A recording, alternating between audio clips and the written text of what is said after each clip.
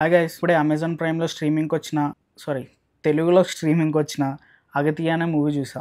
అంటే యాక్చువల్‌గా తమిళ్ వర్షన్ అనేది ముందే వచ్చేసింది. నేను తెలుగు వర్షన్ వస్తదేమో చూద్దామని ఇన్ని రోజులు ఆగామాట.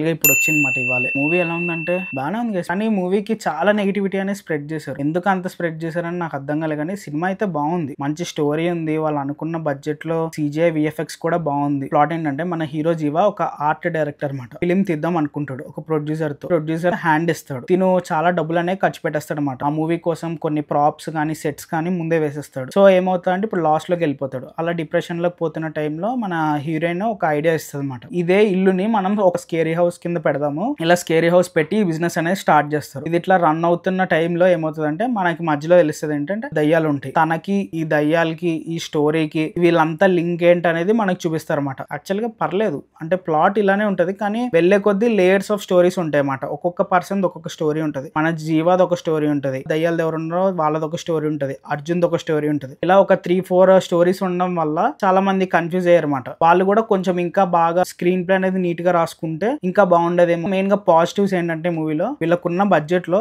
సీజీ అండ్ విఎఫ్ఎక్స్ వర్క్ అయితే చాలా బాగా చేశారు. ప్లస్ ఆ ఎడిటర్ ఎవరో గానీ వాడికైతే హ్యాట్స్ ఆఫ్ మాట. కొన్ని సీన్స్ ఎడిట్ చేశాడు, అసలు నెక్స్ట్ లెవెల్ ఎడిటింగ్, అది చాలా బాగా చేశాడు. ఇంకా మ్యూజిక్ అండ్ బ్యాక్గ్రౌండ్ స్కోర్ కూడా కొన్ని సీన్స్ లో జంప్ స్కేర్స్ పెడదామని ట్రై చేశారు. కొంచెం వర్కౌట్ అయిందని చెప్పొచ్చు, మరీ వరస్ట్ గా ఏం లేదు.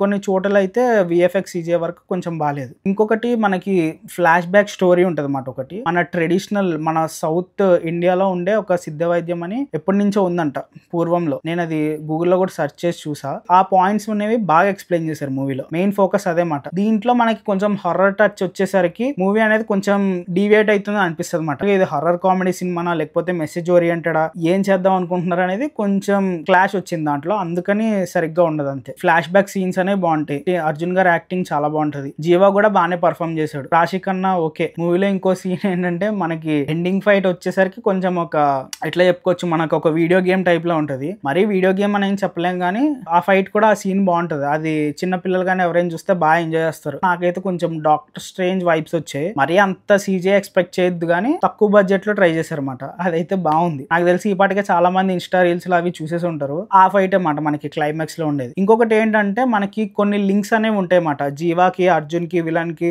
కనెక్టింగ్ డాట్స్ అనేవి బాగా కనెక్ట్ చేస్తారు. మూవీలో ఇంకొక పాయింట్ ఏంటంటే మనకి ఆర్ట్ డిజైన్ అనేది చాలా బాగుంటది. మనకి ఫ్లాష్ బ్యాక్ పోర్షన్స్ ఉంటాయి, కొంచెం పీరియాడిక్ టైప్లో వెనక్కి తీసుకెళ్తారు. 1940s ఈ టైంకి తీసుకెళ్తారు. అక్కడ ఉండే సెట్స్ కూడా కరెక్ట్గా పర్ఫెక్ట్గా ఉన్నాయి. మళ్ళీ మనకి ఫ్యూచర్లోకి వచ్చి ప్రజెంట్ ఎలా ఉంటాయో అక్కడ బాగుంటాయి. మూవీలో కొంచెం కామెడీ కూడా ఉంటుంది, కానీ కామెడీ అయితే అస్సలు బాగాలేదు. ఓవరాల్గా మూవీ ఎలా ఉందంటే బాగుంది, ఒక డీసెంట్ వాచ్. బయట బాగా ఎక్కువ నెగిటివిటీ స్ప్రెడ్ చేస్తున్నారు, అంతలా అయితే లేదు కానీ సినిమాలో కొంచెం కంటెంట్ ఉంది, స్టోరీ ఉంది. వాళ్ళు అనుకున్న దాన్ని వాళ్ళు ప్రామిసింగ్ గానీ డెలివర్ చేశారు. ఇంతకీ చూడొచ్చా చూడకూడదా అంటే చూడొచ్చు, టైం పాస్ గా చూసేయచ్చు. ఎట్లాగో మనం ఇంట్లోనే కాబట్టి వీకెండ్ లో చూసేయచ్చు. చిన్న సినిమానే, మనకు ఒక 2 hours 10 minutes ఎంత ఉంటుంది రన్ టైం, అంతే. ఇదండి గైస్ రివ్యూ. నెక్స్ట్ వీడియోలో మళ్ళీ కలుద్దాం. అంతవరకు బాయ్.